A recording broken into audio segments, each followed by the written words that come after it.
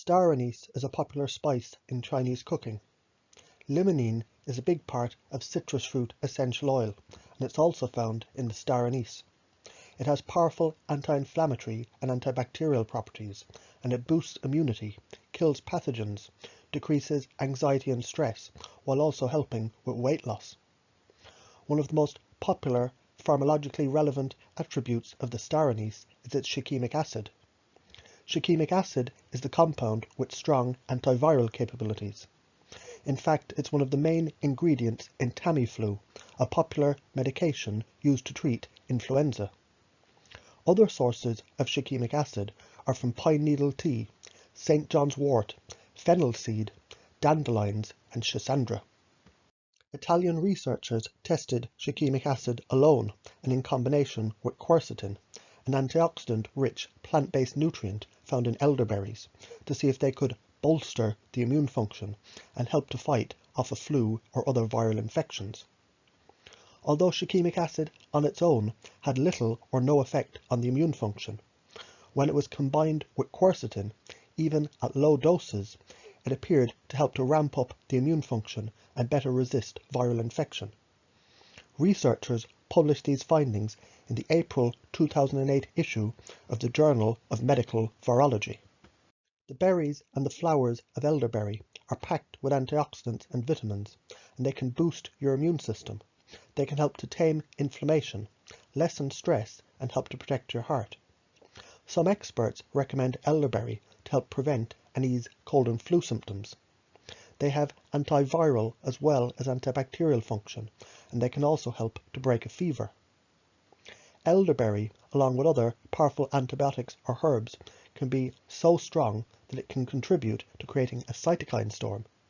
This is an aggressive inflammatory response with the release of a large amount of pro-inflammatory cytokines. The host immune response to the SARS-CoV-2 virus, for example, is a hyperactive one, resulting in an excess inflammatory reaction. However, high doses of intravenous vitamin C, higher than 6 grams per day, have demonstrated efficacy in the treatment of sepsis and acute pancreatitis. In parenteral administration of high-dose vitamin C, it can decrease severe inflammatory parameters like cytokines, cellular response, and homeostatic control. Already, this has been observed in humans and animal models. Liposomal vitamin C has been shown to be as effective as intravenous vitamin C. Therefore, it would be a great addition to an emergency viral support to help to prevent any organ damage from a cytokine storm. Aloe vera juice supports the immune system. Too much inflammation in the body can cause problems with the immune system and conditions like asthma, eczema, and Crohn's disease. Soothing herbs like aloe vera can slow the inflammatory cascade, and they can help to reorder the immune response to prevent these conditions. There's patients with HIV who've had a short life expectancy due to their diagnosis, and they were able to live for many years without getting sick, and they attribute this to the immune boosting effects of the aloe vera juice. It's clear that zinc affects multiple aspects of the immune system, from the barrier of the skin to gene regulation with lymphocytes. Zinc is crucial for normal development and function of cells, mediating non-specific immunity, like neutrophils and natural killer cells. Neutrophils, which are white blood cells, protect your body from infections. Without enough neutrophils, your body can't fight off bacteria. Natural killer cells are effector lymphocytes of the innate immune system, and these control several types of tumours and microbial infections by limiting their spread and their subsequent tissue damage.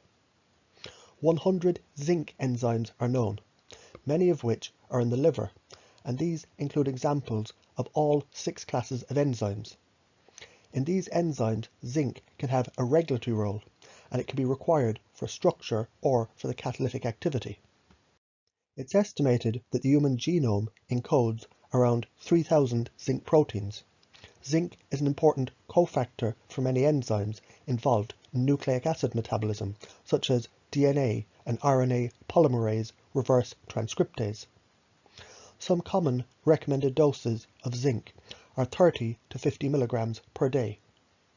Be sure to check the absorption of the form of zinc, as some forms can be as low as 20%, meaning you would need to take a 5 times higher dose to get the amount of milligrams that you would require. Zinc also has a low bioavailability. This is why drugs like ivermectin can help to transport the zinc across the cells. However, the ingredient quercetin, that also enhances the absorption of the vitamin C and the shikimic acid, also carries the zinc across the cells. Regarding the relationship between magnesium and the immune system, several groups leading in nutrition and immunology have shown evidence that magnesium plays a key role in the immune response. That is, as a cofactor for immunoglobulin synthesis, C3 convertase, immune cell adherence, antibody-dependent cytolysis, IgM lymphocyte binding, macrophage response, and lymphokine and T helper B cell adherence. Magnesium is a cofactor in more than 300 enzyme systems, and this regulates diverse biochemical reactions in the body, including protein synthesis, muscle and nerve function, blood sugar control, and blood pressure regulation. The magnesium is required for energy production, oxidative phosphorylation, and glycolysis. One of the best forms of magnesium would be magnesium bisglycinate. In order to determine your dose of magnesium, slowly increase the dose until stomach discomfort or diarrhea is noticed. Then reduce the dose until you're able to determine your maximum tolerable daily amount. Common substances like sugar and caffeine deplete the body of magnesium. Studies have shown spikes in sugar intake suppress the immune system. When your immune system is compromised, you're more likely to get sick. If you eat a lot of food and beverages high in sugar or refined carbohydrates, which the body processes as sugar, you might be reducing your body's ability to ward off disease. Studies show it takes about 75 grams of sugar to weaken the immune system, and once the white blood cells are affected, it's thought that the immune system is lowered for about 5 hours afterwards. You could see my other video on blood sugar control for weight loss, or my videos on candida and type 2 diabetes, and ways to reduce your sugar intake. Vitamin D can modulate the innate and the adaptive immune response. A deficiency in vitamin D is associated with increased autoimmunity, as well as increased susceptibility to infection.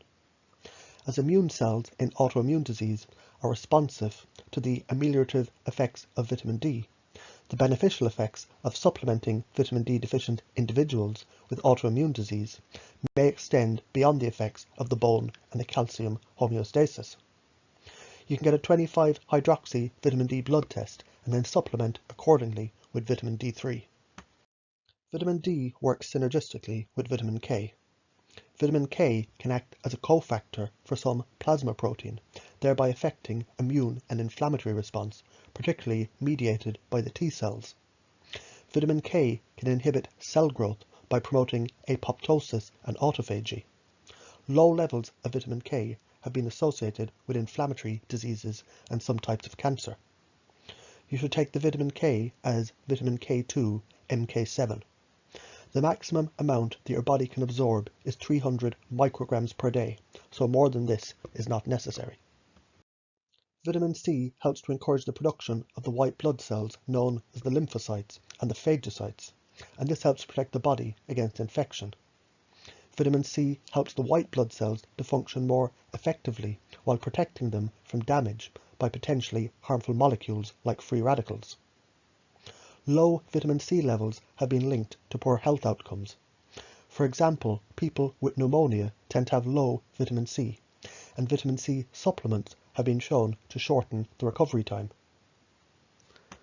Bioflavonoids have been used in alternative medicine as an aid to enhance the action of vitamin C, to support blood circulation, as an antioxidant, and to treat allergies, viruses, or arthritis and other inflammatory conditions.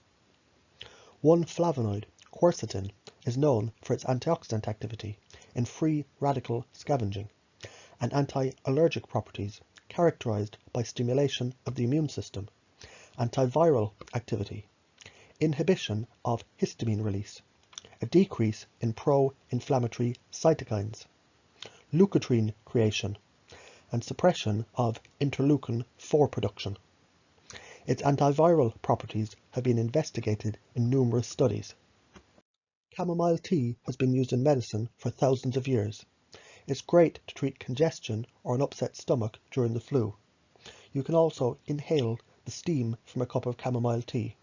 It's also a good sleep aid, and it can help to induce sleep during sleepless, restless time of the flu. Echinacea boosts immunity, and it can reduce the severity of symptoms of the flu. It's best taken daily during the flu season, before you come down with the flu, to build a strong immune system.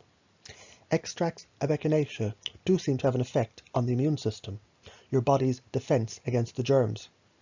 The research shows it increases the number of white blood cells which fight the infection. A review of more than a dozen studies published in 2014 found the herbal remedy had a very slight benefit in preventing colds. With one convenient supplement that's been around for centuries, you can give your immune system the boost that it needs to help to fight off sickness and infections without needing to visit a doctor. In addition to helping the immune system, GOLDENSEAL by itself is known to be a great aid for the digestive system. It's considered a natural antibiotic, and it's often combined with echinacea and promoted as strengthening the immune system. One study found that GOLDENSEAL can boost the white blood cells, which is a measure of the infection-fighting ability of the immune system. Baker's yeast beta-glucan increased salivary immunoglobulin A, and it decreased cold and flu symptom days after intense exercise. This is because over-exercising can suppress the immune system. Beta-glucans can also help to feed your probiotics. When the gut becomes unbalanced with unhealthy levels of certain bacteria, probiotics can help to restore the balance. They've been shown to secrete protective substances which may turn on the immune system and prevent the pathogens from taking hold and creating major disease. One of the best probiotics is known as VSL3. Other ways to help to improve your microbiome are to eliminate sugar consumption and adopt a Candida diet. You can see my other video on Candida for information about this. You can also eat probiotic foods like yogurt, kefir, kombucha, sauerkraut, and other fermented foods. Garlic has been used as an antiseptic, antibacterial, and antifungal agent. It can help the body to resist or destroy viruses and other microorganisms. It does this by boosting the immune system. Garlic is also claimed to fight infections. Whole garlic contains a compound called alanine. However, the alanine is unstable, so it quickly converts to other sulfur-containing compounds, thought to give the garlic its medicinal properties. These compounds have been shown to boost the disease-fighting response of some of the types of white blood cells in the body when they encounter viruses, such as the viruses that cause the common cold or flu. Carvacrol, the most abundant phenol in oregano, has been shown to stop the growth of several different types of bacteria. Thymol is a natural antifungal, and it can also support the immune system and protect against toxins. Iodine is a mineral, and is needed in the diet to ensure the thyroid works properly. Thyroid hormones play an important role in a wide range of bodily functions, including metabolism, bone health, immune response, and development of the central nervous system. You could take iodine in the form of nascent iodine, as it's the most bioidentical non-toxic form. See my videos on hyper and hypothyroidism for natural ways to help to balance the thyroid function, which in turn improves your immune response. Curcumin is known for its therapeutic effects, especially in cancer. It's also recognized as a potent modulator of the immune system. It's been shown to exert immunomodulatory effects on several cells and organs of the immune system. It helps the body to naturally cleanse the respiratory tract. It helps to fight the infection, and it's also got anti-inflammatory qualities, which relieve individuals from the direct impact of a cold and flu. Another plant closely related to the turmeric is ginger. Upping your intake of antioxidant-rich foods and beverages like ginger shots can combat inflammation and help to keep your immune system healthy. Many test tube and animal studies suggest that ginger can enhance the immune response. What's more, ginger has powerful antiviral and antibacterial properties. As you can see, there's many natural options to help the immune system. As usual, prevention is better than cure. Therefore, a low carbohydrate, alkaline diet, maintaining a healthy body weight, normalizing thyroid function, proper sleep, stress management, and exercise are all ways to help to boost the immune system. For more information on removing excess mucus, check out my video on serapeptase. For more information about any of the supplements mentioned in this video, or for natural treatment plans, check out my website.